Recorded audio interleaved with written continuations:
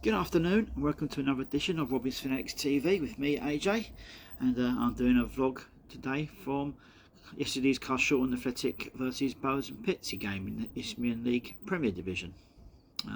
League standings before the game, Carshalton were down in 8th but still only 5 points off the playoffs. Bowes and Pitsea unfortunately are rock bottom of the league and had relegation confirmed last week after a 4-0 defeat at Cray Wanderers, which would demote them down to the Isthmian North. So it was there for the taking for the Robins today. There was 3 changes to the team from that loss disappointingly to Whitehawk last Saturday. Vicaro, Garnham and Hamilton Downs were out of the squad, and in place of them was 3 new signings.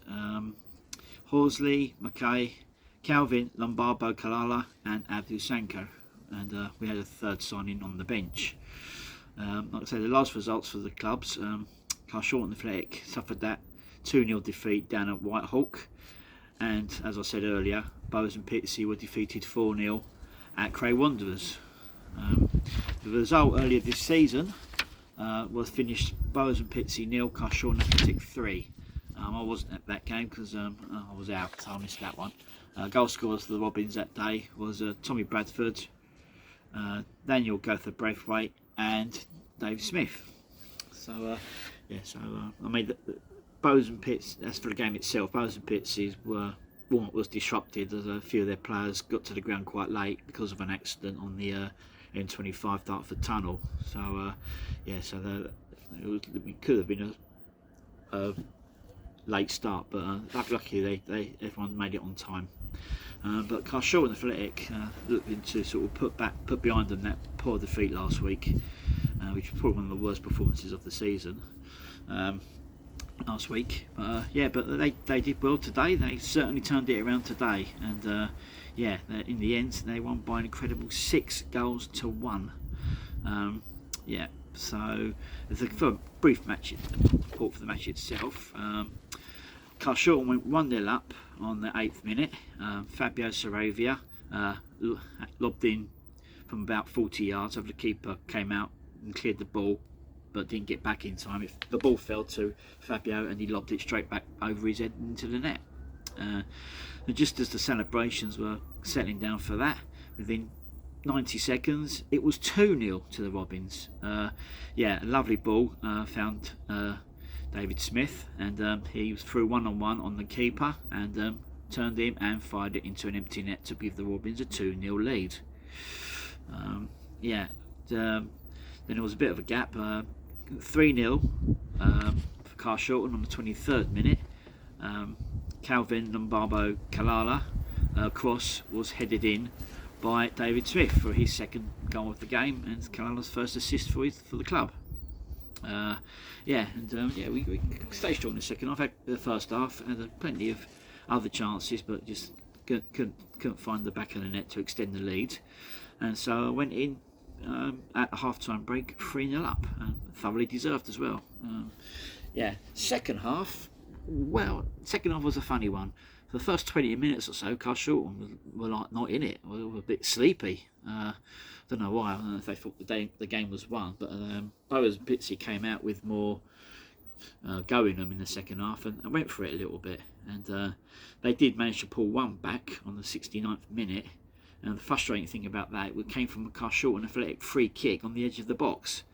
And the free kick was saved. A quick throw out from the goalkeeper. Found Bowes on a break, and Freddie Price went up the other end and fired home to make it 3-1. I think that gave Carshalton a bit of a wake-up call as well. They were sort of, a bit sleepy up to that point.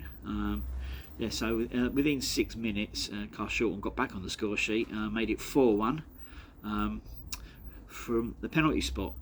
Sharon Effendi was felled in the box, and he got up, brushed himself down and took the penalty himself, fired it home to make it 4-1 to the Robins. And the scoring didn't end there. Carshalton were back to the way they were playing in the first half, and you know, really went for the button, really went to get more goals, which is good to see. Yeah, 87th minute played. Saunders Henry made it 5-1 after he headed home a good corner from Fabio Saravia. And the last goal in the 91st minute. Yeah, Nabil Garnham, after coming off the bench, got on the score sheet. He did have a chance. He scuffed it, but the ball come back to him, and he managed to fire it home to make it 6-1 to the Robins. So thus condemning Bowers and Pitsea to another defeat, and yeah, getting our highest score of the season with 6 goals. Yeah, so overall, I mean, it was a good first half and a good last 20 minutes, but a bit in the middle, I think Carshalton just took their foot off the pedal a bit too much and allowed Bowers and Pitsea to come back into it. But overall, I think we still had enough in the tank to sort of win it comfortably. Rather unusual thing happened near the end. Peter Denny actually got sent off for his reaction to what seemed a very late 2-footed tackle on Luke Reed just by the dugouts.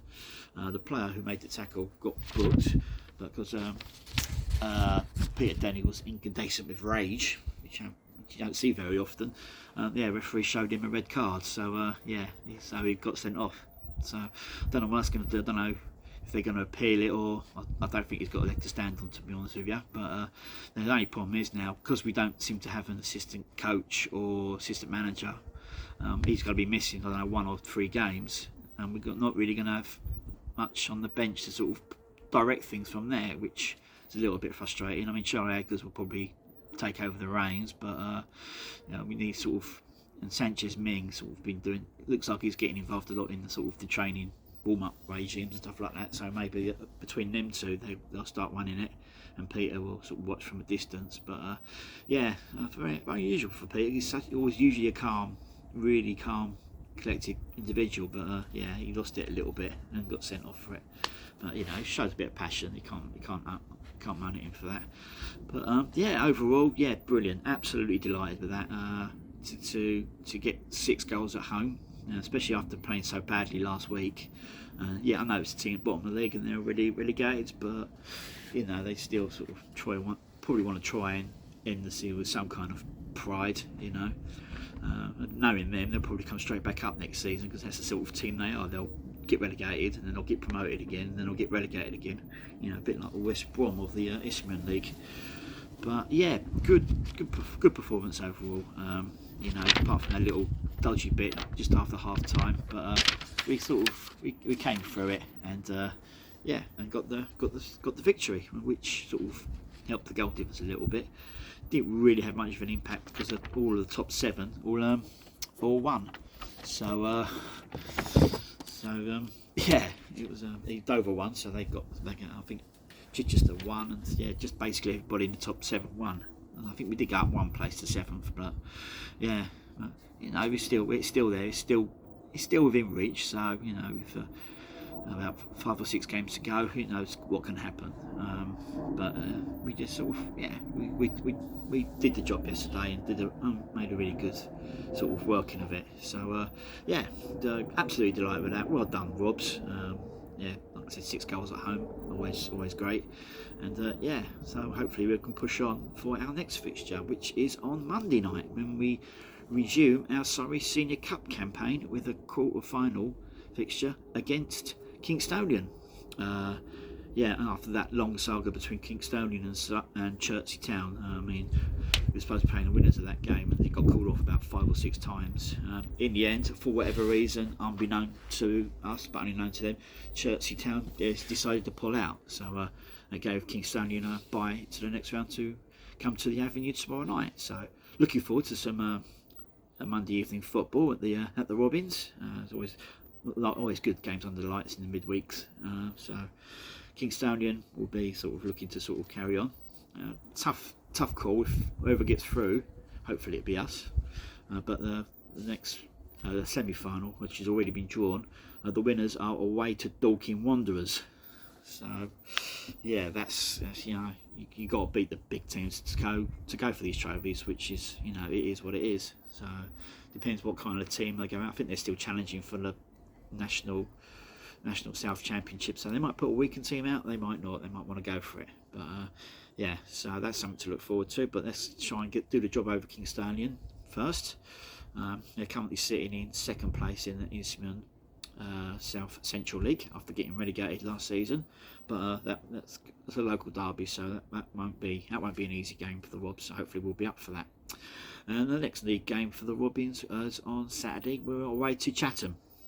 Tough fixture. I mean, I think we drew 2-2 there last season, and yeah, I think if I remember rightly, Kwaku Frimpong scored a worldie from about 60 yards out.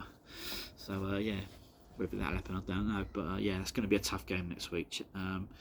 Chatham Town haven't had a great season by their standards. They probably thought they were going to be up there or thereabouts, but they're kind of bumming around in mid-table. But that's going to be a tough game.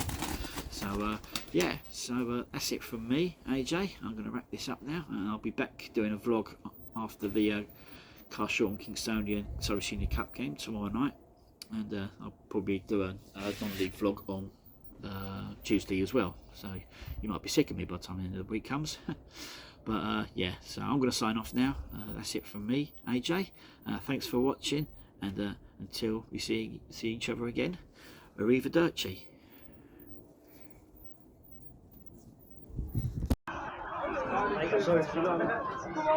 Oh, here we go.